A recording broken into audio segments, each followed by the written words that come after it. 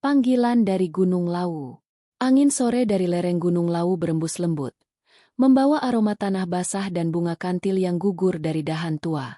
Di kejauhan, kabut perlahan turun, menutupi lembah seperti tirai putih yang melindungi rahasia masa lalu. Di tengah kabut itu, seorang pemuda berdiri menatap puncak gunung yang seolah bersuara di dalam hatinya. Namanya Raden Arya Santosa, darah bangsawan Surakarta, usia 30 tahun, tampan tapi murung. Hidupnya bergelimang harta, tapi hatinya hampa. Ia merasa seakan dunia kehilangan makna, dan malam-malamnya dipenuhi mimpi aneh. Mimpi tentang seorang perempuan tua bersanggul, berselendang putih, memanggil namanya dari balik kabut dengan suara lembut tapi penuh kuasa. Arya, wiswayahe kowe bali marang rasa sejati. Arya, sudah saatnya kau kembali pada rasa sejati. Setiap kali terbangun dari mimpi itu, Arya merasakan dadanya berdebar, dan seakan aroma bunga melati memenuhi kamarnya. Mimpi itu berulang setiap malam, hingga akhirnya ia memutuskan meninggalkan keramaian kota dan menuju desa Tawangmangu, tempat di mana suara itu seolah berasal. Perjalanan menuju lereng Lawu bukan sekadar langkah fisik.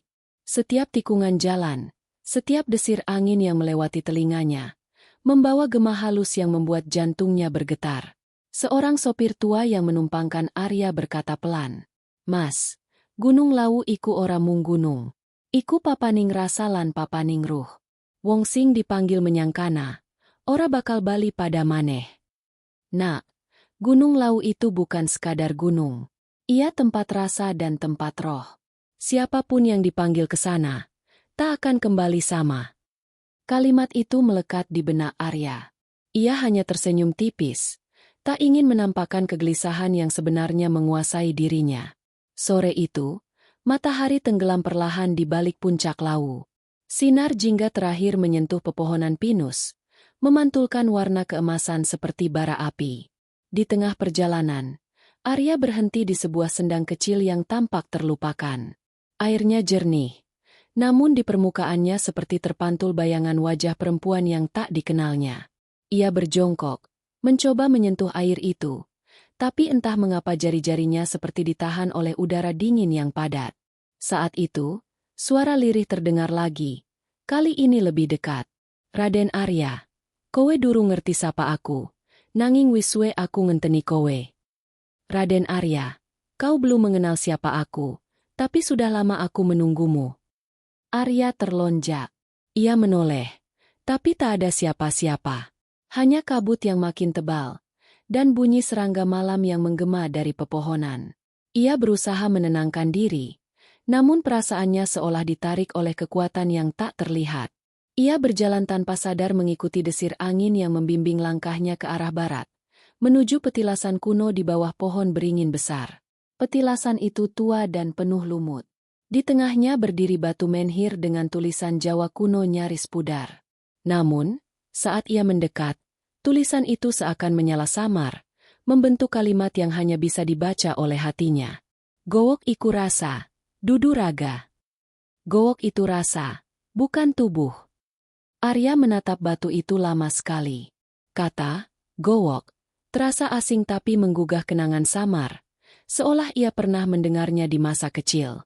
Ia mengingat neneknya pernah berbisik tentang Nyai Gowok, perempuan sakti penjaga rahasia lama, yang ilmunya tak ditulis tapi dirasakan. Saat itu Arya mengira itu hanya dongeng. Namun malam itu, di bawah cahaya rembulan purnama yang muncul di balik kabut, dongeng itu menjadi nyata. Angin berhenti, hutan hening total, dan dari balik kabut, muncul siluet seorang perempuan tua berselendang putih, berjalan perlahan mendekatinya. Wajahnya tak jelas, tapi sorot matanya menembus batin. "Kowe wis teka, Arya. Aku Nyai Sasmita. Wong-wong biyen nyebut aku, Gowok. Amarga tugasku enja kauruh rasa sing wis ilang saka bumi Jawa. Kau telah datang, Arya. Aku Nyai Sasmita. Dahulu mereka memanggilku Gowok, sebab tugasku menjaga ilmu rasa yang telah hilang dari tanah Jawa." Arya terdiam. Kata-kata itu seperti mengguncang kesadarannya. Ia ingin bertanya, tapi lidahnya keluh. Nyai Sasmita mendekat, menatapnya lembut. Kowe ora teka kene tanpa sebab. Jiwamu wis tau sinau kawruh iki. Ing jaman biyen, kowe muridku sing durung rampung lakune. Kau tak datang ke sini tanpa sebab. Jiwamu pernah mempelajari ilmu ini. Di masa lalu, kau muridku yang belum menuntaskan jalannya. Suara itu membuat tubuh Arya bergetar. Ia merasakan sesuatu bergerak dalam dirinya, kenangan yang tak berasal dari kehidupan kini. Sekilas, ia melihat bayangan dirinya berpakaian adat Jawa kuno, bersimpuh di depan perempuan yang sama, di tempat yang sama. Lalu bayangan itu hilang. Nyai Sasmita kemudian menunduk dan mengambil air dari sendang dengan tangannya. Ia memercikannya ke wajah Arya sambil berucap pelan. Kawruh iki dudu kanggo sing mung pengin ngerti, nanging kanggo sing siap rumangsa. Aja nyawang Kamasutra sakaraga, nanging sakarasa. Ing kono ana kasampurnan urip. Ilmu ini bukan untuk mereka yang ingin tahu, tapi untuk yang siap merasa. Jangan melihat Kamasutra dari tubuh, tapi dari rasa. Di sanalah kesempurnaan hidup. Begitu air menyentuh wajahnya, Arya merasakan panas sekaligus sejuk, berat sekaligus ringan. Dunia di sekitarnya berputar, dan tiba-tiba semua menjadi gelap. Dalam kegelapan itu, ia mendengar denting gamelan, aroma dupa, dan bisikan serentak ribuan suara yang berdoa dalam bahasa yang tak ia pahami. Ketika ia membuka mata kembali, pagi telah tiba. Ia terbaring di tepi sendang, tapi tempat itu kini tampak berbeda.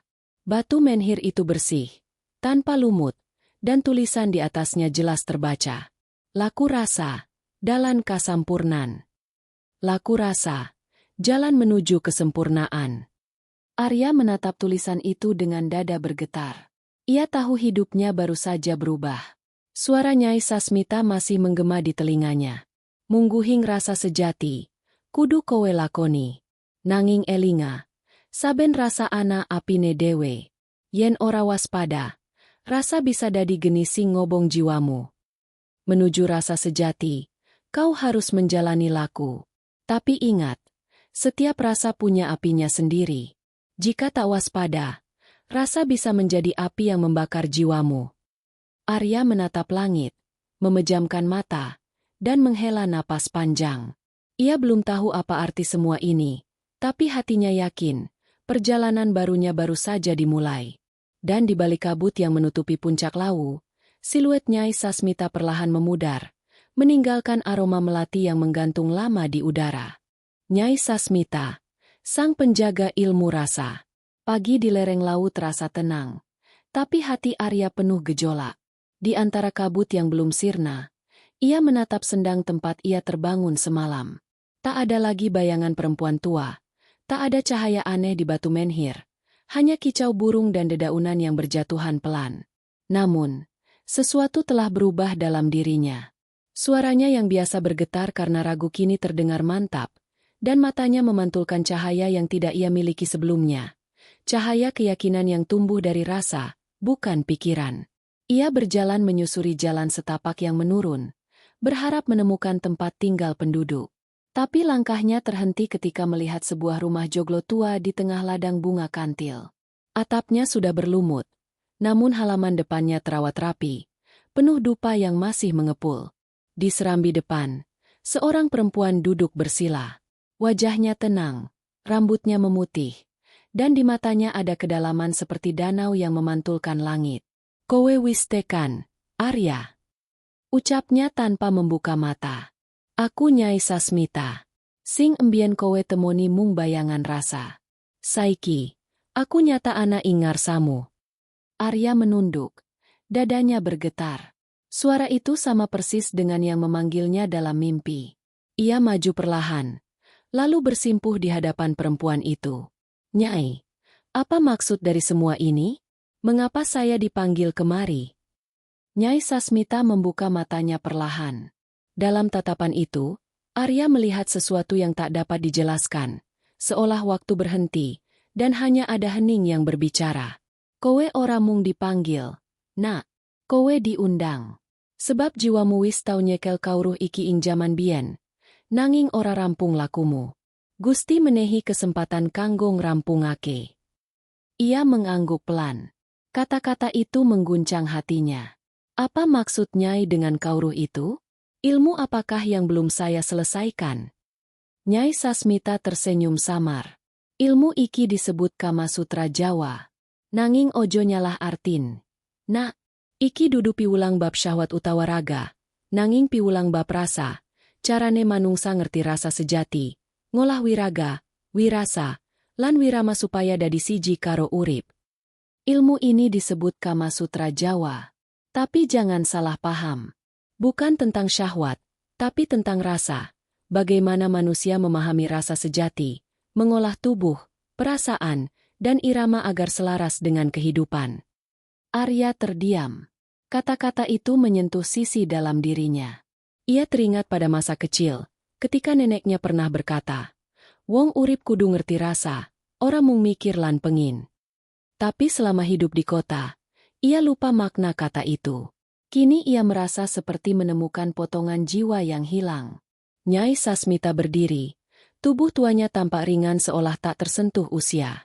Ia melangkah ke halaman belakang rumah, mengisyaratkan Arya untuk mengikutinya. Di sana terbentang taman kecil dengan batu-batu pipih tersusun melingkar. Di tengahnya ada sebuah gentong air dengan bunga melati terapung. "Iki papan sinau rasa," katanya.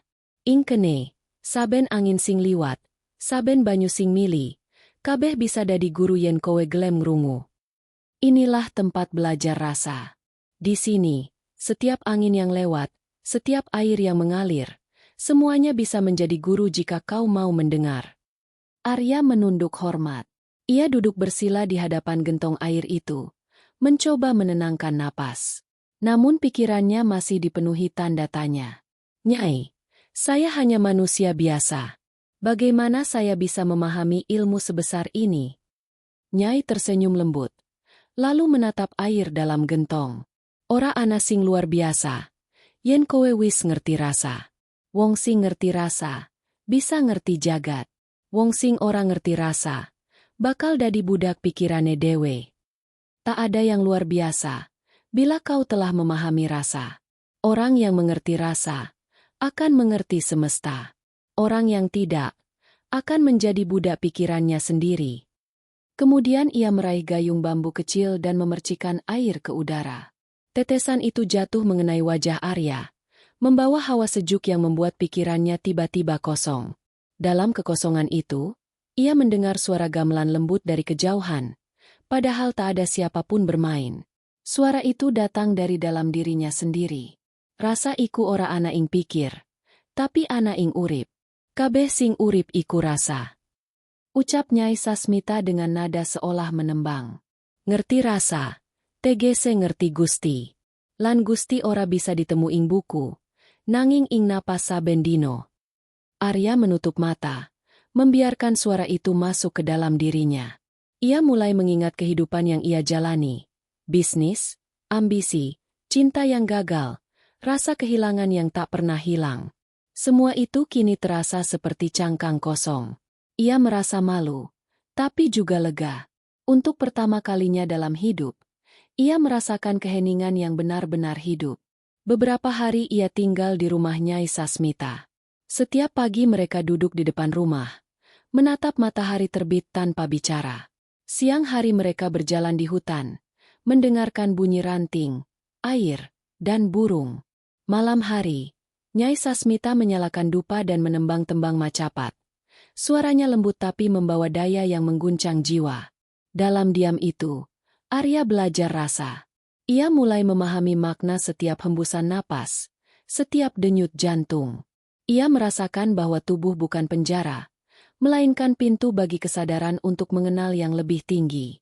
Namun di hari ketujuh, saat kabut turun lebih pekat dari biasanya, Nyai Sasmita menatapnya dengan pandangan serius. "Arya, kauruh rasa iki ora mung kanggo sing pengin tentrem. Iki uga nyiapke kowe kanggo ngerti api sing ana ing cero awakmu. Saben wong duwe geni rasa, nanging ora kabeh bisa ngendaleni. Arya, ilmu rasa ini bukan hanya untuk kedamaian. Ia juga menyiapkanmu untuk mengenali api di dalam dirimu. Setiap orang memiliki api rasa, tapi tidak semua bisa mengendalikannya." Arya mengerutkan kening. Apa maksud Nyai? Ana wektu, rasa bisa dadi pepadang. Nanging yen ora waspada, rasa bisa dadi geni sing ngobong kabeh.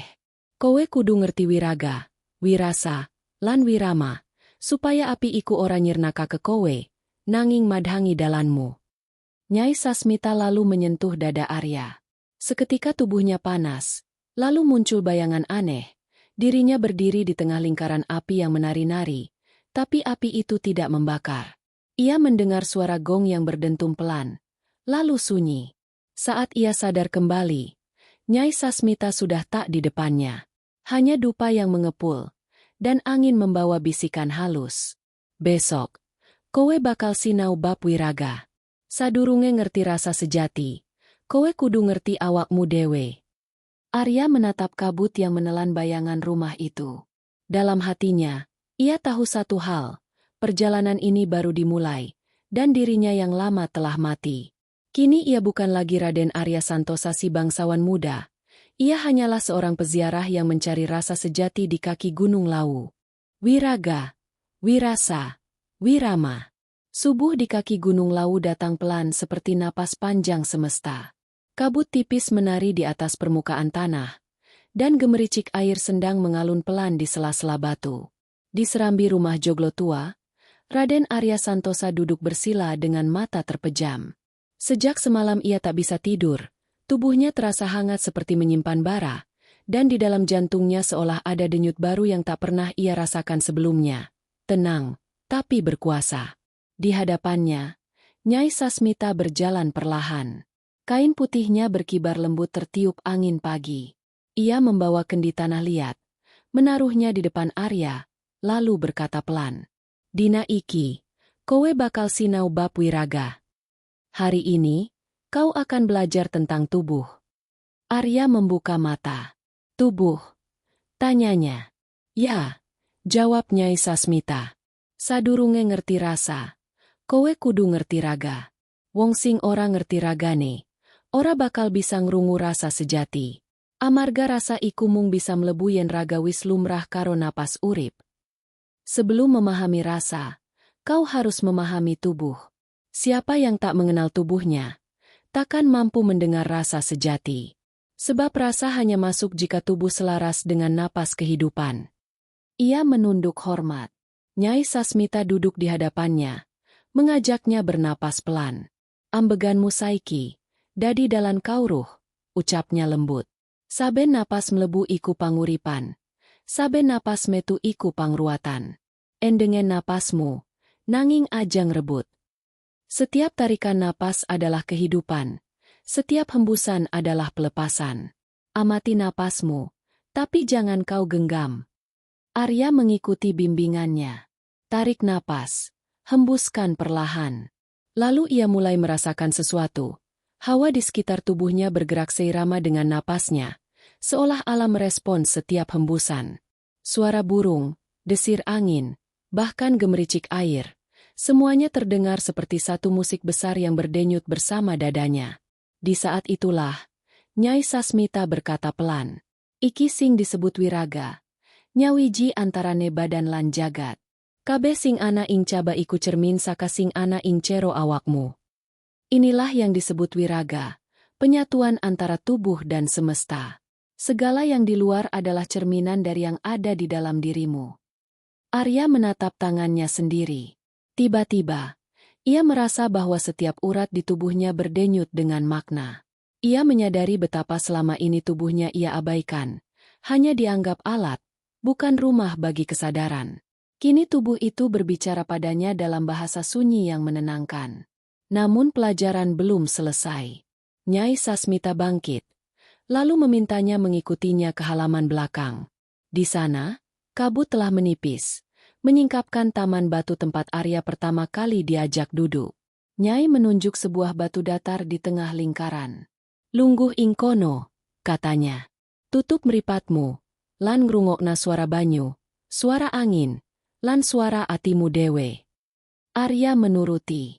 Ketika ia menutup mata, dunia di sekitarnya seakan lenyap. Ia hanya mendengar bunyi alam yang berpadu, gemericik air, desir angin, dan degup jantungnya. Semuanya menyatu menjadi irama yang tak pernah ia dengar sebelumnya. Saiki, kowe mlebu wirasa, ujar Nyai Sasmita. Wirasa iku geter sing nyambungake awak lan roh. Saben suara saka caba, kowe rasa nang cero. Yen rasa wis nyambung, kowe bakal ngertien ora ana pepisahan antarane kowe lan jagat. Sekarang kau memasuki wirasa. Wirasa adalah getaran yang menghubungkan tubuh dan roh. Setiap suara dari luar, kau rasakan di dalam. Saat rasa telah menyatu, kau akan tahu bahwa tak ada perbedaan antara dirimu dan semesta. Perlahan, tubuh Arya bergetar. Ia merasa sesuatu mengalir dari bumi ke kakinya, naik ke dada, lalu menembus ubun-ubun. Ia tidak lagi tahu di mana batas tubuhnya. Dirinya dan udara seolah menjadi satu. Hatinya berdenyut dalam kesenyapan yang tak bisa dijelaskan. Namun tiba-tiba, di tengah ketenangan itu, muncul suara asing. Kowe ora pantes nyekel rasa iki, amarga durung suci. Suara itu bergema dalam batinnya, berat dan dingin. Arya membuka mata dengan kaget. Kabut kembali menebal, dan di tepi taman ia melihat sosok hitam berdiri diam, tak berwajah, tapi memancarkan hawa dingin yang menusuk. Nyai Sasmita tetap tenang. Aja wedi, Arya, katanya lembut. Iki bayangan saka rasa sing durung resik. Saben wong sing mlebui rasa, mesti nemoni bayangane dewe. Iki ujianmu. Jangan takut, Arya. Itu bayangan dari rasa yang belum bersih. Siapapun yang memasuki wirasa akan bertemu dengan bayangan dirinya sendiri. Ini ujianmu. Sosok hitam itu melangkah mendekat, menyerupai dirinya sendiri. Raden Arya dengan wajah keras, mata penuh ambisi, dan tangan berlumur darah. Ia tahu siapa itu. Dirinya di masa lalu, yang hidup dalam keserakahan dan nafsu duniawi. Aku sing sejatine kowe, bisik bayangan itu. Aku sing gawa kowe tekan kene. Tanpa aku, kowe mung kosong. Arya berteriak dalam hati. Tapi Nyai Sasmita menegur lembut. Ajang lawan. Nampa. Lan padhangi nganggo wirama. Jangan melawan. Terima, dan terangilah dengan irama. Lalu ia mulai menembang. Tembang macapat yang lirih namun bergetar kuat. Sapa ngerti rasa. Sapa ngerti urip. Yen rasa rusak. Urip dadi peteng. Yen rasa resik. Urip dadi pepadhang. Suara Nyai Sasmita berubah menjadi gelombang lembut yang merambat ke udara, masuk ke hati Arya. Ia mengikuti napasnya, menyesuaikan diri dengan tembang itu. Detak jantungnya, napasnya, dan suara Nyai berpadu menjadi satu irama, wirama. Dan dalam irama itu, bayangan hitam yang tadi berdiri di depannya mulai memudar. Mata yang tadi membakar kini menjadi tenang, lalu lenyap bersama kabut. Nyai Sasmita tersenyum. Saiki kowe wis ngerti artine wiraga, wirasa, lan wirama. Wiraga iku panggonan. Wirasa iku pangrungu. Wirama iku panguripane. Yen telu iki nyawiji, urip ora mung ana, nanging eling. Sekarang kau telah mengerti makna tubuh, rasa, dan irama. Wiraga adalah wadah, wirasa adalah pendengar, wirama adalah kehidupan. Bila ketiganya menyatu, hidup bukan hanya ada, tapi sadar. Arya menunduk. Air mata menetes tanpa ia sadari. Ia merasa seperti baru dilahirkan kembali. Tubuhnya ringan, pikirannya jernih, dan di dalam dadanya ada ruang luas yang penuh keheningan. Malam pun tiba. Di beranda rumah, Nyai Sasmita menyalakan pelita dan menatap bintang-bintang. Ia berkata pelan tanpa menoleh. Besok, kowe bakal nyawang awake dewe liwat kaca banyu sendang. Yen kowe bisa endeleng rasa saka wektu sing liya, tegese kowe wis siap mlebu kauru sing luwih jero. Arya terdiam. Ia tahu perjalanan belum selesai. Ia telah belajar tentang tubuh dan rasa, tapi di balik keduanya masih ada rahasia yang belum tersingkap. Rahasia yang menunggu di balik air sendang yang memantulkan masa lalu. Dan malam itu, di bawah cahaya rembulan, di kaki Gunung Lawu yang hening, suara gamelan samar terdengar lagi dari kejauhan, seolah semesta sedang menyiapkan dirinya untuk bab berikutnya. Cermin di balik air sendang. Malam turun di lereng Lawu dengan langkah pelan, seolah bumi menunduk hormat pada keheningan. Angin yang biasanya lembut kini membawa suara halus seperti tembang tanpa nada.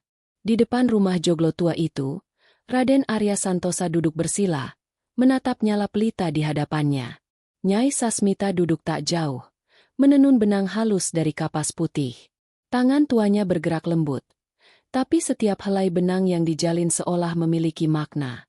Raden Arya, katanya pelan tanpa menoleh.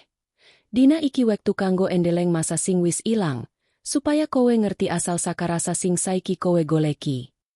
Hari ini waktunya untuk melihat masa yang telah hilang, agar kau tahu asal dari rasa yang kini kau cari. Arya menatap Nyai Sasmita dengan ragu. Masa yang hilang. Nyai mengangguk.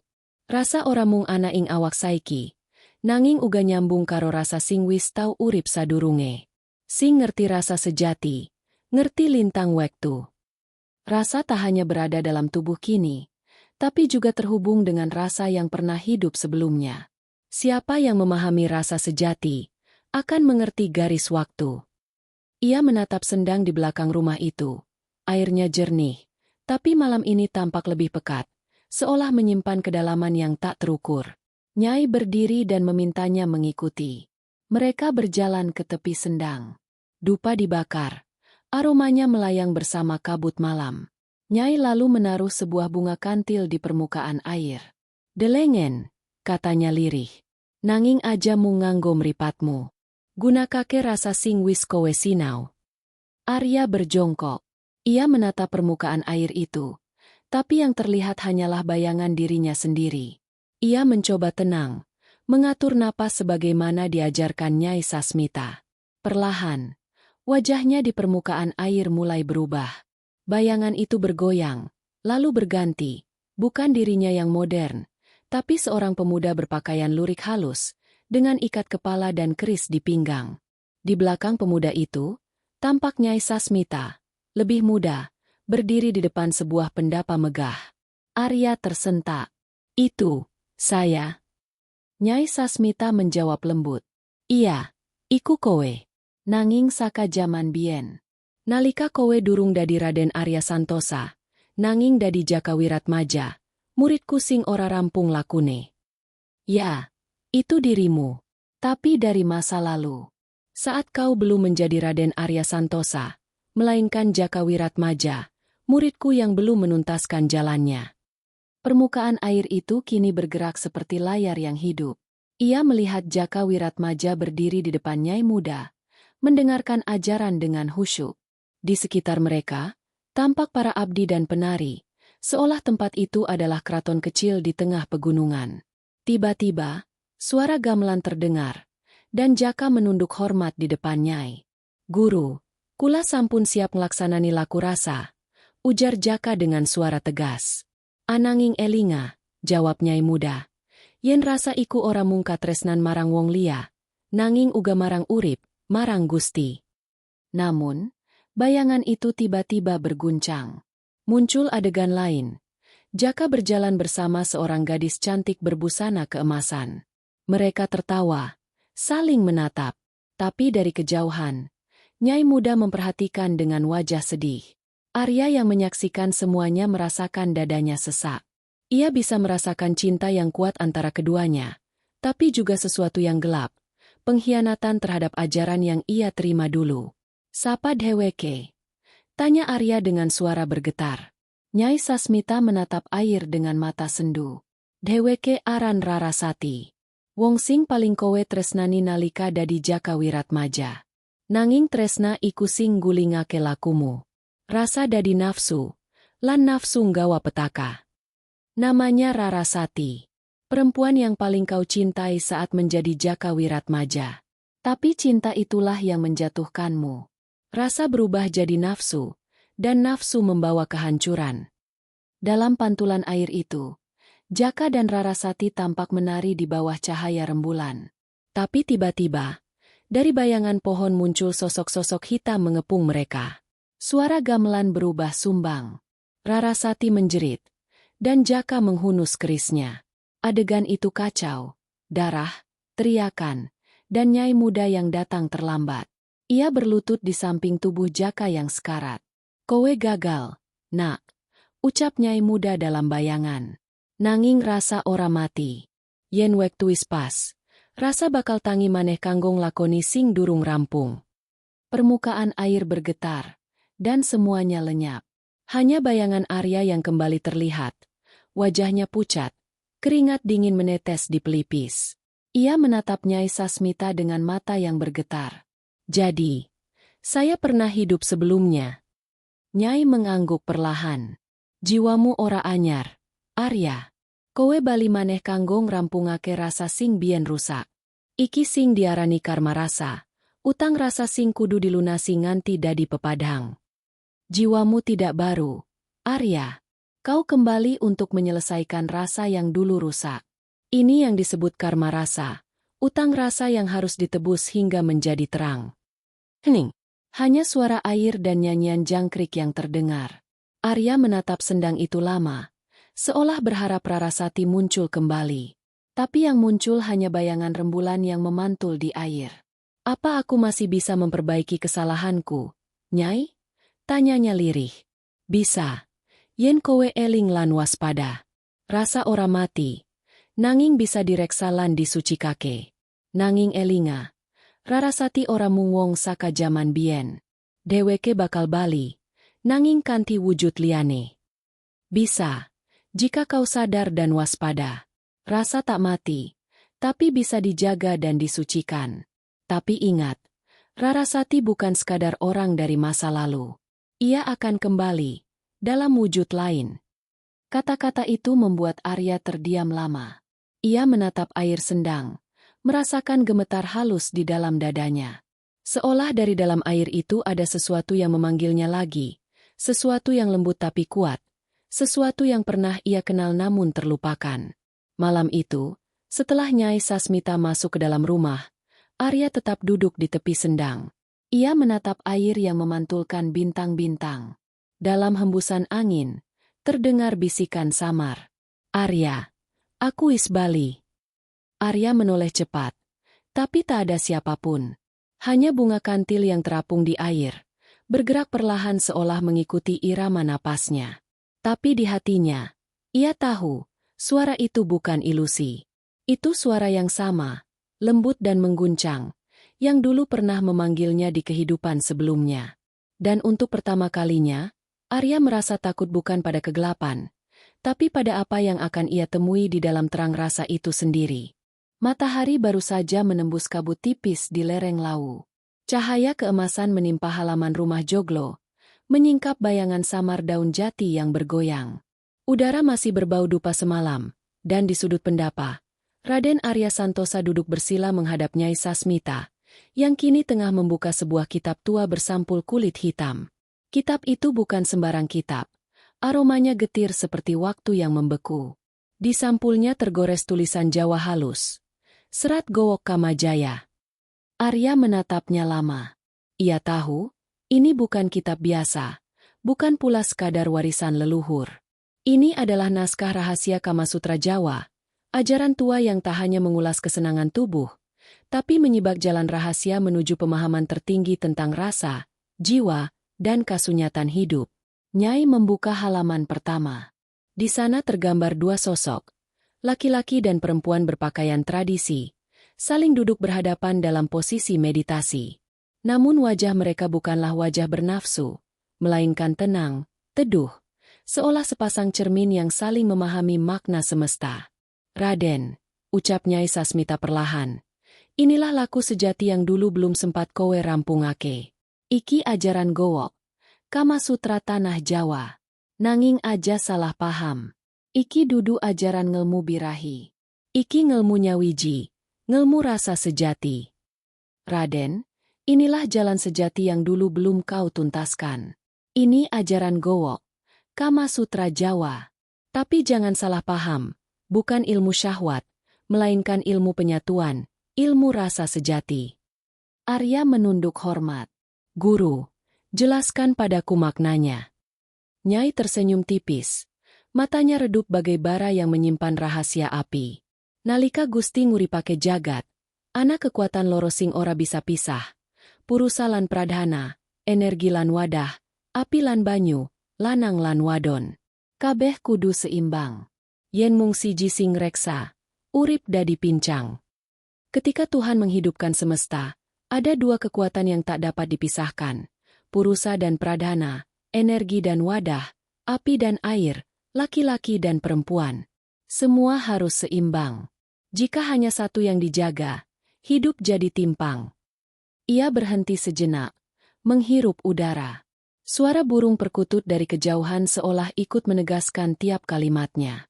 Gowok iku guru rasa, lanjut Nyai. Dheweke ngajarake carane nyawiji antarane jasad lan sukma, antarane tresna lan eling. Ing kono, hubungan ora mung nyentuh kulit, nanging nyentuh roh. Yen kowe wis tekan kana, birahi dadi tirakat, lan rasa dadi jalan mulih marang Gusti. Gowok adalah guru rasa.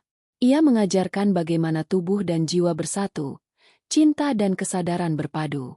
Di situ, hubungan bukan sekadar sentuhan jasad, melainkan sentuhan roh. Jika sampai di sana, nafsu menjadi tirakat, dan rasa menjadi jalan pulang kepada Tuhan. Arya diam. Dadanya bergetar. Kata-kata Nyai seolah menggema ke ruang batin yang paling dalam. Ia merasa sesuatu di dalam dirinya mulai mencair. Batas antara logika dan rasa mulai luluh. Lalu Nyai mengeluarkan sesuatu dari lipatan kain hitam. Sebuah cincin batu merah delima. Iki peninggalan saka jaman biyen, katanya. Nalika kowe dadi Jakawiratmaja, kowe taun duweni iki. Cincin iki dadi pratanda saka perjanjian rasa antarane kowe lan Rarasati. Arya menatap batu itu. Permukaannya berkilau lembut, tapi di dalamnya seperti berputar cahaya merah samar, seolah ada jiwa yang terperangkap. Guru, suaranya bergetar. Apa ini, penghubung masa lalu itu? Nyai mengangguk. Rarasati isih ana, nanging ora kaya bien. Rohe isi ngancani kowe, nunggu kowe ngerti makna sejati saka tresna sing wis nggulingake lakumu bien. Seolah menjawab, angin bertiup dari arah sendang. Dupa yang diletakkan di altar kecil bergetar, menebarkan asap yang membentuk pusaran. Dari pusaran itu, samar terlihat sosok perempuan berselendang putih. Wajahnya kabur tapi lembut, seperti kenangan yang hidup. Arya memejamkan mata. Suara halus terdengar, lirih namun jelas. Arya, rasa ora mati, nanging rasa kudu suci. Yen kowe ising gegem rasa kanggo kagunganmu dewe, rasa iku bakal dadi belenggu. Arya, rasa tak mati, tapi rasa harus suci. Jika kau masih menggenggam cinta untuk kepemilikan, maka rasa itu akan menjadi belenggu. Arya membuka matanya. Sosok itu lenyap. Nyai Sasmita menatapnya tanpa terkejut, seolah memang menunggu kejadian itu. Dheweke wis teka, katanya pelan. Rarasati wis ngancani kowe maneh. Nanging saiki, ora kanggo nafsu, nanging kanggo nyawiji. Nyai lalu membuka halaman terakhir kitab itu. Di sana tertulis sebuah mantra dengan huruf Jawa kuno yang berpijar samar di bawah cahaya pagi. Iki mantra sangkan paraning rasa, ujar Nyai. Sapa sing bisa maca kanthi suci lan ora karo kepinginan donya, bakal ngerti makna saka kabeh laku iki. Arya menatap huruf-huruf itu. Setiap aksara seolah hidup, bergetar, membentuk pusaran halus di matanya. Ia mulai melafalkan perlahan. Napasnya mengalir mengikuti irama bahasa kuno itu. Sira rasa, rasa sira, aneng sajroning rasa, Gusti dumunung tanpa wujud, kawujud saka tresna, kawening saka eling. Ketika mantra terakhir terucap, udara di sekeliling mereka berubah. Cahaya dari pelita meredup, tapi dari tubuh Arya terpancar sinar halus, seperti embun diterpa fajar. Ia melihat di depan matanya dua bayangan menyatu. Dirinya dan Rarasati, duduk bersila dalam posisi yang sama seperti gambar di kitab itu. Tubuhnya terasa ringan, dan di dalam kesadarannya, ia mendengar suara Nyai Sasmita. Iki tahap pertama, Arya. Samirana rasa. Kowe wis nyawiji antarane jiwa lan kenangan. Nanging durung rampung. Isih ana laku papat sing kudu kowe lewati. Rasa, raos, roh, lan rasa. Yen kabeh wis kowe tembus, mung banjur kowe bakal ngerti makna sejati saka Kamasutra Jawa. Cahaya itu perlahan padam. Arya terhuyung, menunduk, tubuhnya gemetar. Tapi di matanya ada kilau baru, bukan gairah, bukan ketakutan, melainkan kesadaran yang baru tumbuh. Ia menatap cincin merah delima di tangan. Batu itu kini berpendar lembut, seperti denyut kehidupan. Guru, katanya pelan, aku mulai mengerti. Cinta bukan untuk memiliki, tapi untuk menyadarkan. Nyai tersenyum. Saiki kowe wis wiwit ngerti. Nanging ati-ati, Arya. Nalika rasa wis tangi, Hawa bakal nyoba ngrebut maneh. Aja nganti kowe keblinger. Angin berhembus dari arah timur, membawa wangi bunga kantil. Dari kejauhan, suara gamelan samar kembali terdengar, seperti bisikan masa lalu yang bangkit di antara pepohonan. Arya menatap sendang yang berkilau di bawah cahaya pagi. Di permukaannya, sekali lagi tampak bayangan dua sosok, laki-laki dan perempuan, duduk saling berhadapan dalam keheningan yang penuh makna. Ia tahu, perjalanan belum selesai. Tapi kini, hatinya sudah tak sama. Rasa telah menuntunnya untuk melihat cinta bukan sebagai milik, melainkan sebagai jalan pulang. Malam menuruni lereng Lawu dengan diam yang menakutkan. Angin seolah enggan berhembus, dan pepohonan di sekitar rumah joglo tua itu berdiri seperti saksi bisu masa lalu. Raden Arya Santosa duduk di pendapat sendirian. Tubuhnya masih terasa bergetar setelah siang tadi membaca mantra sangkan paraning rasa. Pelita di depannya berkelap-kelip, kadang terang, kadang redup, seperti menyesuaikan denyut jantungnya. Ia menatap cincin merah delima di jarinya. Batu itu berpendar halus, kadang bening, kadang merah pekat, seperti ada nyawa yang bernafas di dalamnya. Rarasati, bisiknya. Apa kau benar-benar di sini? Suara malam menjawab dengan sunyi yang panjang. Namun jauh di belakang rumah, dari arah sendang, terdengar bunyi lirih. Langkah kaki menyibak rumput basah. Arya bangkit perlahan. Ia berjalan ke arah suara itu. Langkahnya hati-hati. Sendang tampak memantulkan cahaya bulan. Airnya berkilau seperti perak cair. Di tepi sendang berdiri sosok perempuan berselendang putih. Rambutnya panjang terurai, dan wajahnya samar tapi menenangkan. Arya tercekat. Rarasati. Sosok itu menoleh perlahan. Senyumnya lembut, tapi matanya menyimpan kedalaman yang tak bisa diurai. Aku bukan bayangan, Arya. Suaranya gemericik seperti aliran air. Aku datang karena rasa sudah memanggilku. Arya melangkah mendekat. Tapi setiap langkahnya seperti menghapus jarak yang tak pernah habis. Semakin dekat ia mencoba, semakin jauh sosok itu tampak. Lalu tiba-tiba, Rarasati mengangkat tangan dan menunjuk ke permukaan air. Lihatlah, katanya. Cermin rasa tidak pernah bohong. Arya menunduk. Di air sendang itu, ia tak melihat bayangan Rarasati, melainkan dirinya sendiri, berdiri di tempat yang sama, tapi dengan wajah berbeda. Mata tajam, bibir kaku, seperti dirasuki sesuatu yang bukan dirinya. Bayangan itu tersenyum miring. Sapa kowe? Tanya Arya, terkejut. Bayangan itu menjawab dengan suara berat. Aku sing tau dadi kowe nalika rasa kalah karo Hawa. Aku yaiku bayangmu dewe. Permukaan air bergelombang. Dari sana muncul kabut pekat, membentuk sosok hitam menyerupai dirinya. Tapi matanya merah menyala.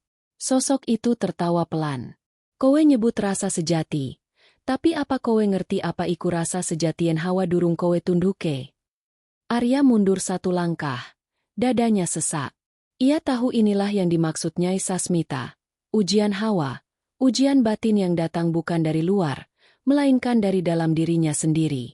Aku ora wedi marang kowe, katanya dengan tegas. Bayangan itu menyeringai. Ora wedi, nanging kowe isi ngidam tresna sing bien. Kowe isi kepengin Rarasati dadi kagunganmu. Rasa sejati orang ngenggo kepemilikan, nanging kowe isi nyekel kuat-kuat. Kata-kata itu menampar batin Arya. Ia ingin menyangkal, tapi jantungnya berdebar terlalu cepat. Aku mung pengin nglindungi dheweke. Lindungi? Potong bayangan itu, tertawa getir. Apa ora kowe sing gawe dheweke sengsara ing jaman biyen? Nalika rasa wis dadi napsu, kowe sing nyeret dheweke menyang petaka. Angin tiba-tiba berhembus keras, membuat pelita di kejauhan padam satu persatu. Langit berawan, dan cahaya bulan tertutup. Dalam kegelapan itu, bayangan hitam menyentuh dada Arya. Seketika tubuhnya gemetar hebat. Di dalam kepalanya, suara-suara menggema, jeritan, tawa, dan isak tangis yang samar-samar terdengar seperti bisikan dari masa lalu. Kowe bakal dadi kaya bien. Suara itu bergaung. Gagal amarga tresna sing salah arah. Rarasati bakal bali, nanging kanggo ngulang luka sing padha. Arya menutup telinganya, berlutut di tanah. Ora, aku ora bakal mbaleni. Tapi bayangan itu tak berhenti. Ia membentuk kabut yang melingkar di tubuh Arya, lalu menyusup masuk ke dalamnya. Dunia seolah berputar, dan ketika Arya membuka matanya lagi, ia tidak lagi berdiri di tepi sendang, melainkan di sebuah keraton tua. Gamelan berdentang, dan penari-penari berbusana emas menari di bawah cahaya lentera minyak. Di singgasana utama, duduk seorang perempuan dengan wajah yang sangat dikenalnya, Rarasati, dalam wujud masa lalunya. Ia menatap Arya dengan senyum lembut, dan dunia di sekitarnya beraroma bunga kantil dan dupa. Jaka Wiratmaja. Suara itu memanggilnya. Kowe bali maneh. Arya merasa tubuhnya ringan. Ia mengenakan pakaian lurik, keris tergantung di pinggang. Semua tampak nyata, seperti ia benar-benar hidup di masa itu. Ia ingin bicara, tapi lidahnya keluh. Rarasati berjalan mendekat. Langkahnya bagai bayang api. Ia menyentuh wajah Arya, dan seketika kenangan masa lalu berloncatan. Tawa mereka di taman, bisikan di balik tirai, malam ketika keduanya menyatukan diri dalam cinta dan dosa. Apa iki mung ilusi? Tanya Arya pelan. Ora, jawab Rarasati. Iki rasa sing durung rampung. Kowe kudu ngerti, tresna sing sejati ora mung ana nalika nyawiji, nanging uga nalikang lepas. Ia menggenggam tangan Arya, menatap dalam. Saiki, tugasku mung siji, nuntun kowe supaya bisa nyawiji tanpa kepemilikan. Tiba-tiba dunia di sekeliling mereka bergetar. Suara gamelan berubah sumbang. Sosok-sosok penari berubah menjadi bayangan hitam, menari tanpa kepala. Api lentera menjilat udara, dan Rarasati mulai memudar. Eling, Arya. Suaranya samar. Rasa sejati ora nyandang bentuk. Aja nganti rasa kowe dikuasani hawa. Arya berusaha meraih tangannya, tapi tubuh Rarasati lenyap dalam kabut. Ia tersentak, terbangun, kembali di tepi sendang, peluh dingin membasahi keningnya. Nyai Sasmita berdiri di sana, menatapnya dengan tatapan yang dalam dan penuh arti. Wis ketemu karo bayangmu dewe, tuh? Katanya lirih. Arya menunduk. Tubuhnya lemas. Iya, Nyai. Aku ngerti saiki. Musuhku dudu makhluk sakacaba, nanging sing ana ing cero atiku dewe. Ya, jawab Nyai. Iki tahap kapindo saka laku rasa. Rasa sing kebuka bakal nyedot kabeh bayangan sing isin delik. Kowe wis mlebu ing wilayah Raos. Ngerti, ngerasa kake, lan ngampuni awake dewe. Ia menatap sendang yang kini tenang. Airnya memantulkan wajah Arya, tapi kali ini tidak lagi dengan mata merah, melainkan tenang, seolah telah berdamai. Nanging elinga, tambah Nyai, yen bayangan wis mlebu, dheweke ora langsung lunga. Dheweke bakal nguji saben langkahmu nganti tekan pepadang sejati. Arya mengangguk perlahan. Ia menatap air, kini tanpa rasa takut. Di permukaannya, bunga kantil masih terapung, berputar lembut di bawah sinar bulan yang kembali muncul. Ia tahu, perjalanan ini baru separuh jalan. Di hadapannya masih menanti ujian yang lebih halus, ujian rasa tanpa bentuk, ujian rasaning kauruh. Dan di balik kabut malam, suara lembut memanggil namanya lagi. Arya, rasa durung rampung. Arya menutup mata. Kali ini ia tak melarikan diri. Ia menunduk, lalu berbisik pada dirinya sendiri. Aku ora bakal ngalah maneh. Yen rasa kudunya wiji karo peteng, Aku bakal mlebu nganti tekan cahya. Dan dari balik sendang, cahaya samar merah delima kembali berdenyut, seperti jantung semesta yang ikut bernafas bersama dirinya. Pagi di lereng Lawu itu datang dengan dingin yang menembus tulang. Kabut menggantung di antara pepohonan pinus, menutupi jalan setapak yang hanya bisa dilalui dengan hati-hati. Raden Arya Santosa melangkah perlahan, membawa tas kecil berisi air kendi, bunga kantil kering, dan kitab lusuh yang diberikan Nyai Sasmita semalam. "Wektu iki, kowe kudu lunga dewe," pesan Nyai sebelum ia berangkat. "Nanging menyang endi, Nyai?" "Menyang alas keramat ing sisih wetan gunung. Ing kana ana sumber sabda rasa. Sapa wae sing bisa ngumbah jiwane nganggo banyu sakakana bakal ngerti rahasia sakasangkan paraning urip." Arya menunduk hormat dan meninggalkan rumah joglo itu dengan langkah berat. Ia tahu, perjalanan ini bukan sekadar perjalanan fisik. Setiap langkahnya adalah perjalanan batin, menempuh hutan yang bukan hanya dipenuhi pepohonan, tapi juga bayangan masa lalu yang mungkin menunggu di setiap cabang ranting. Hutan Lawu menyambutnya dengan sunyi yang aneh. Tak ada suara burung, tak ada gemerisik daun. Hanya desau angin panjang, seperti bisikan makhluk tak kasat mata yang sedang mengamati. Arya terus berjalan, hingga ia tiba di sebuah lembah yang dilingkupi kabut tebal. Di tengahnya berdiri batu besar berbentuk seperti lidah manusia. Ia berhenti. Batu itu tampak tua, dilapisi lumut hijau, tapi di permukaannya tergores aksara Jawa kuno. Sabda tanpa suara. Arya menatapnya lama. Lalu ia duduk bersila di depan batu itu, mengatur napas sebagaimana diajarkan Nyai Sasmita. Ia mulai melafalkan mantra sangkan paraning rasa yang dulu membuka kesadarannya. Suara lirihnya bergema pelan, menyatu dengan udara. "Sira rasa, rasa sira, aneng sajroning rasa." Namun, saat mantra terakhir terucap, tanah di bawahnya bergetar lembut. Dari balik kabut, muncul suara rendah dan berat, seperti datang dari perut bumi sendiri. "Sapa sing wani ngundang sabda rasa tanpa ngerti rasa sejatine?" Arya membuka mata. Di hadapannya berdiri sosok tinggi besar. Kulitnya kelam seperti arang, matanya menyala hijau. Di tangan kanannya menggenggam tongkat panjang berujung api. Meski menakutkan, wajahnya tak tampak jahat, melainkan bijak dan tua. "Aku Raden Arya Santosa," jawabnya dengan suara tegas namun gemetar. "Aku teka kanggo ngresiki rasa, supaya ngerti rahasia sangkan paraning urip." Sosok itu tertawa rendah. Suaranya bergemuruh. "Kowe arep ngerti urip, nanging wis ngerti pati? Kowe arep ngerti rasa, nanging wis nyandangi sunyi?" Arya diam.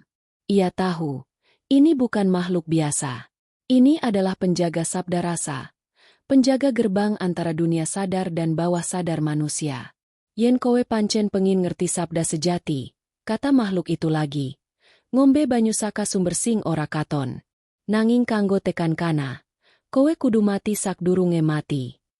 "Mati, sakdurunge mati." Arya mengulang. "Iya, ninggal kabeh rasa kagunganmu, rasa tresna, rasa bangga, rasa wedi, kabeh kudu sirna nganti ora ana maneh sing jeneng aku. Yen aku isi ana, sabda ora bakal metu." Selesai berkata, makhluk itu memukulkan tongkatnya ke tanah. Seketika kabut menggulung Arya, menelan pandangannya. Dunia di sekelilingnya berubah. Ia tidak lagi berada di lembah itu, melainkan di ruang kosong yang tanpa warna, tanpa bentuk, hanya kesunyian yang menyelimuti. Di tengah ruang sunyi itu, ia melihat bayangan-bayangan kecil muncul satu persatu. Pertama, wajah ibunya, kemudian ayahnya, lalu Rarasati. Mereka semua tersenyum, memanggil namanya. Arya berlari, tapi setiap kali ia hampir menyentuh mereka, tubuh mereka berubah menjadi debu dan lenyap. Sampai akhirnya, yang tersisa hanyalah dirinya sendiri, berdiri sendirian di ruang putih tanpa batas. "Apa iki mati?" gumamnya. Suara dari entah di mana menjawab. "Iki sepi sing sejatine. Ing kene, ora ana jeneng, ora ana kagungan. Kabeh rasanya wiji dadi siji, rasa tanpa wujud." Tiba-tiba, Rasa takut menyergapnya. Dadanya sesak, seperti kehilangan arah. Ia menjerit, tapi tak ada suara yang keluar. Dunia sunyi itu menelan suaranya. Lalu di kejauhan, muncul sinar kecil, merah delima, berdenyut lembut. Cincin di jarinya berpendar terang, memanggil kesadarannya kembali. Ia teringat ajaran Nyai Sasmita. Rasa ora kanggo ditunduk, nanging kanggo diparingi papan. Rasa tidak untuk dikalahkan, tapi untuk diberi ruang. Ia berhenti melawan. Ia menarik napas panjang dan menutup mata.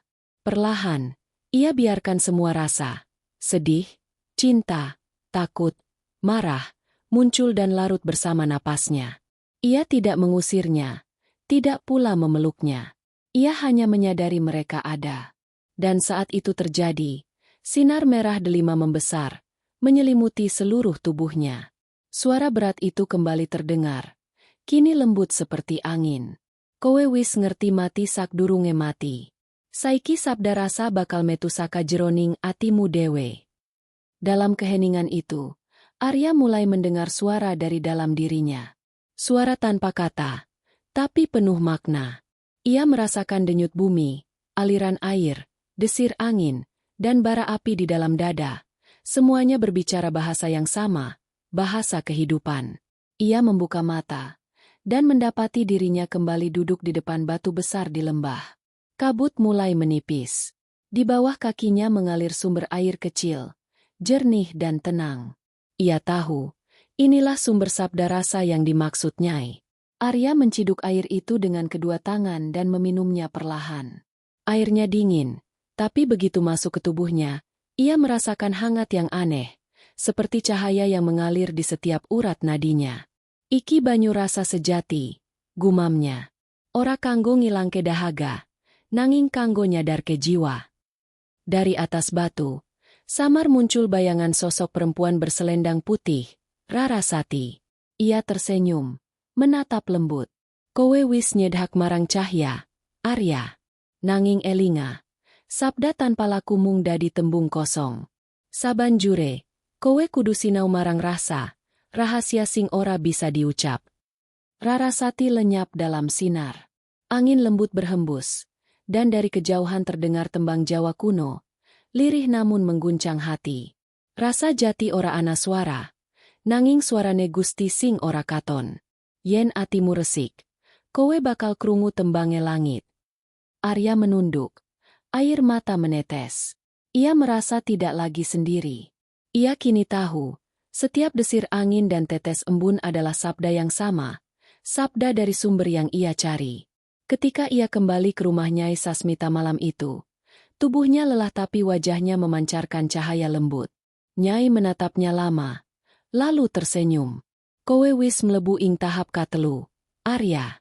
Saiki kowe ngerti rosing nyambung antarane rasa lan rasa. Tapi, Nyai, tanya Arya pelan, apa sabda rasa iki bakal cukup kanggo nerangi kabeh peteng? Nyai menjawab, peteng ora butuh diterangi. Peteng mung butuh diakoni. Yen kowe wis wani ngrasakake peteng tanpa wedi, cahya bakal metu saka kono. Di luar, bulan purnama menggantung di langit, memantul di air sendang yang tenang. Arya menatap pantulan itu dan berbisik, sabda wis krungu. Saiki aku kudu ngerti rasa. Cahaya bulan menari di cincin merah delima di jarinya, berdenyut seperti detak hati alam semesta. Angin malam dari timur lau bertiup dingin, membawa aroma bunga kantil dan tanah basah. Di langit, bulan purnama menggantung sempurna, besar dan pucat seperti mata yang mengawasi dari balik kabut. Raden Arya Santosa duduk bersila di beranda rumah joglo peninggalan Nyai Sasmita. Tubuhnya masih lelah setelah perjalanan dari sumber sabda rasa. Matanya menatap kosong ke arah sendang yang memantulkan sinar rembulan, seolah mencari sesuatu yang belum ia temukan. Di tangannya, cincin merah delima masih berdenyut lembut, tanda bahwa ia belum selesai dengan tirakat yang dijanjikan. Nyai Sasmita, perempuan sepuh yang menjadi guru dan penjaga rahasia ilmu Goa Kamasutra Jawa, berdiri di baliknya dengan sorot mata dalam. Kowe wis krungu sabda rasa, Arya, ucapnya lirih. Nanging kanggo ngerti rasa sejati, Kowe kudu ninggal kabeh wujud. Rasa iku isi urip. Nanging rasa iku sunyi. Rasa isi gegandengan karo awak. Nanging rasa ora duwe papan. Arya menunduk. Kulo boten paham, Nyai. Menapa bedanipun rasa kalian rasa? Nyai tersenyum samar. Seperti seorang ibu menatap anak yang baru belajar melangkah. Rasa iku pangrungu saka ati. Nanging rasa iku pangrungu saka jiwa. Yen rasa iku getar. Rasa iku suung. Kosong sing isi. Sepi sing muni. Ia lalu mengambil kendi berisi air dari sendang dan menaruhnya di depan Arya. Ngombe banyu iki. Yen wis mlebu ing awakmu. Turu. Ning swarga ngisor. Rasa bakal teka. Arya menuruti. Begitu air menyentuh bibirnya. Dinginnya menjalar cepat. Seperti kabut yang merambat ke seluruh tubuh. Pandangannya kabur. Dunia di sekitarnya melarut. Dan sebelum kesadarannya lenyap, ia sempat mendengar suara Nyai berbisik. Rasa ora bisa diundang. Ia mung teka marang sing pasrah sepenuhe. Simbol bulan baru. Saat Arya membuka mata, ia tidak lagi berada di beranda rumah joglo. Di hadapannya terhampar padang luas berwarna abu-abu. Tak ada langit, tak ada tanah, hanya ruang hening tak berbatas. Ia menatap sekeliling. Tidak ada arah, tidak ada waktu. Kemudian, dari kejauhan, muncul cahaya samar. Dari dalam cahaya itu, sosok Rarasati muncul perlahan. Ia tampak seperti dulu, rambut panjang terurai, selendang putih melayang di udara. Wajahnya tenang namun tak lagi manusiawi. Rarasati, bisik Arya. Aku ora Rarasati, jawabnya lembut. Nanging cahya saka rasa sing wis kowe panggil. Nanging, wujudmu. Iki mung pangilon, Arya. Rasa ora duwe wujud. Nanging kanggo kowe ngerti, aku ngagem rupa sing kowe tresnani. Rarasati mendekat. Setiap langkahnya seperti menimbulkan riak cahaya di udara. Kowe wis ngumbah rasa. Saiki wektu kanggo ngumbah rasa tresna. Tresna sing sejati oran duweni. Ora digenggam. Iku mung aliran. Kaya banyu saka sumber sing ora entek. Arya menunduk. Matanya berkaca. Nanging aku tresna marang Rarasati sejatine. Tresna sing marasake. Sing maring urip. Rarasati tersenyum. Jemarinya menyentuh dada Arya. Tresnamu bener. Nanging isi kagungan. Kowe isi tresna marang bayangan. Dudu marang sejati saka rasa. Tiba-tiba, tubuh Rarasati mulai memudar. Arya panik. Aja lunga. Aku durung siap. Namun suara lembutnya menjawab. Sapa sing lunga? Arya? Aku ananing saben napasmu. Kowe sing kudu lunga saka kagunganmu marang aku. Cahaya tubuh Rarasati pecah menjadi ribuan serpihan, melayang mengelilingi Arya. Dan setiap serpihan itu berubah menjadi kenangan.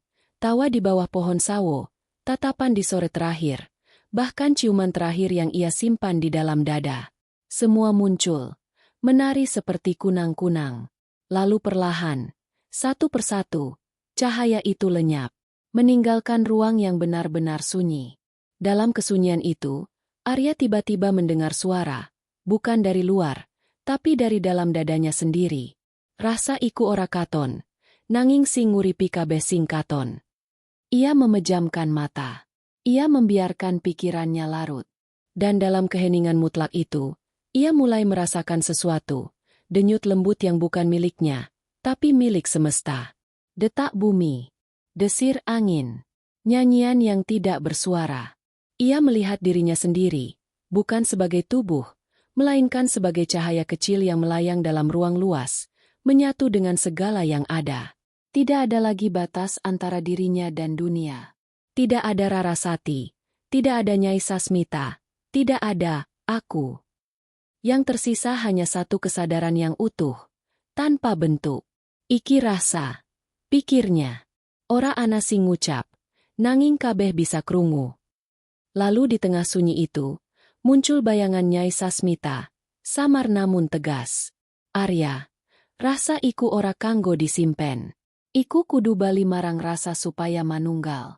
Wektune bali marang donya. Nggawa padang saka rasa iki kanggo wong liya. Arya terdiam. Ia tak ingin kembali. Di sini, tidak ada rasa sakit, tidak ada kehilangan, tidak ada waktu. Tapi suara Nyai menggema lagi. Ilmu sejati ora ana gunane yen ora dadi padang kanggolian. Dan tiba-tiba, ruang itu pecah menjadi cahaya yang menyilaukan. Tubuh Arya terhempas kembali ke dunia nyata. Ke dalam tubuhnya di beranda rumah joglo. Ia terengah, seolah baru terlahir kembali. Subuh tiba. Kabut turun perlahan. Dari dalam rumah, Nyai Sasmita keluar membawa dupa dan kemenyan. Wajahnya tenang, tapi matanya basah oleh air mata haru. Kowe wis tekan rasa, Arya. Aku ora yeso ngajar lui saka iki. Arya menatapnya dengan mata yang kini berbeda. Bening, dalam, tak lagi menyimpan gejolak. Nyai, aku krungu suara tanpa tembung. Aku ngerti tresna sing ora duwe wujud. Nyai tersenyum. Tresna iku sejatine Gusti sing calari kabeh ana. Kowe wis nemokake iku, bocahku. Angin pagi berhembus lembut, membawa bau melati. Dari kejauhan, burung gagak terbang melewati langit merah muda. Arya berdiri, menatap timur di mana matahari baru saja muncul di balik gunung. Ia merasakan kehangatan itu di kulitnya.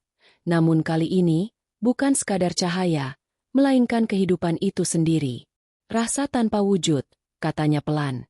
Nanging nyawiji marang kabeh sing urip. Ia berlutut, menempelkan kening ke tanah, dan berbisik. Mugi rasa iki dados padang kang nguripi saben jiwa sing isih peteng. Dan dari balik pohon, samar, terdengar tawa lembut, suara Rarasati, bukan sebagai manusia, melainkan sebagai gema semesta. Subuh di kaki Gunung Lawu menyibak perlahan. Kabut tipis bergulung di antara batang pinus, seolah enggan pergi dari pelukan bumi. Di kejauhan, matahari mulai menampakkan semburat jingganya, hangat namun sendu, seperti kenangan yang belum selesai diurai. Raden Arya Santosa berdiri di pelataran rumah joglo peninggalan Nyai Sasmita. Rambutnya kini terurai panjang, wajahnya lebih tenang dari sebelumnya. Matanya bening seperti telaga yang tak lagi menyimpan gelombang. Sudah 3 malam sejak ia kembali dari perjalanan batin menuju rasa tanpa wujud.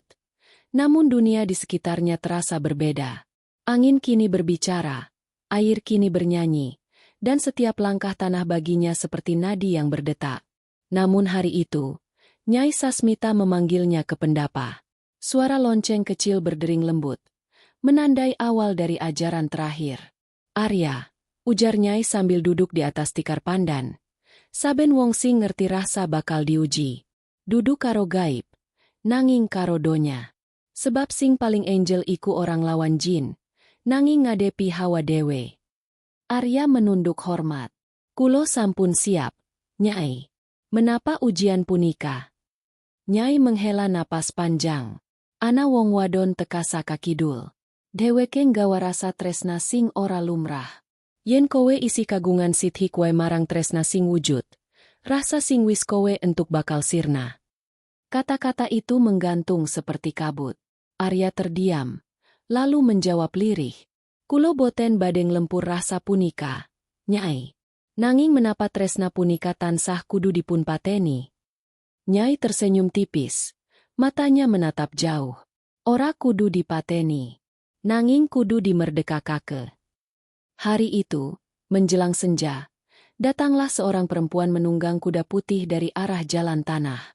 Bajunya sederhana, kain lurik basah oleh hujan, namun wajahnya bercahaya, dan mata itu, mata yang dulu pernah menatap Arya dalam mimpi-mimpinya. Rarasati. Perempuan itu menunduk, tersenyum lembut. Kula dudu Rarasati sing bien, Raden.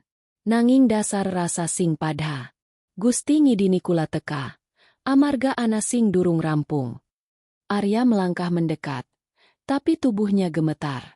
Aku wis ngerti rasa tanpa wujud. Kowe saiki mung cahya sing dak temoni. Nanging cahya uga butuh awak kanggo madhangi. Arya, rasa sing sejati ora mung ana ing suung, nanging uga ing panggupuh antarane loro jiwa sing pada suci. Ia menatapnya, dan untuk pertama kalinya sejak tirakat, hati Arya bergetar lagi. Bukan oleh nafsu, bukan oleh keinginan, tapi oleh getar kehidupan yang nyata. Malam itu, mereka duduk berdampingan di serambi rumah Joglo. Nyai Sasmita hanya mengamati dari jauh, membiarkan keduanya dalam sunyi. Angin bertiup membawa harum bunga kantil, dan suara jangkrik beradu dengan desah dedaunan. Rarasati menatap langit. Kowe ngerti, Arya? Rasa iku ora mung ana ingsung. Gusti uga nyipta rasa iki supaya manungsa ngertien tresna iku jalur bali marang asal. Wong sing ngerti tresna sejati, sejatine ngerti Gusti. Arya mengangguk perlahan. Tresna sejati ora calari kagungan, nanging nyawiji. Rarasati tersenyum, matanya basah.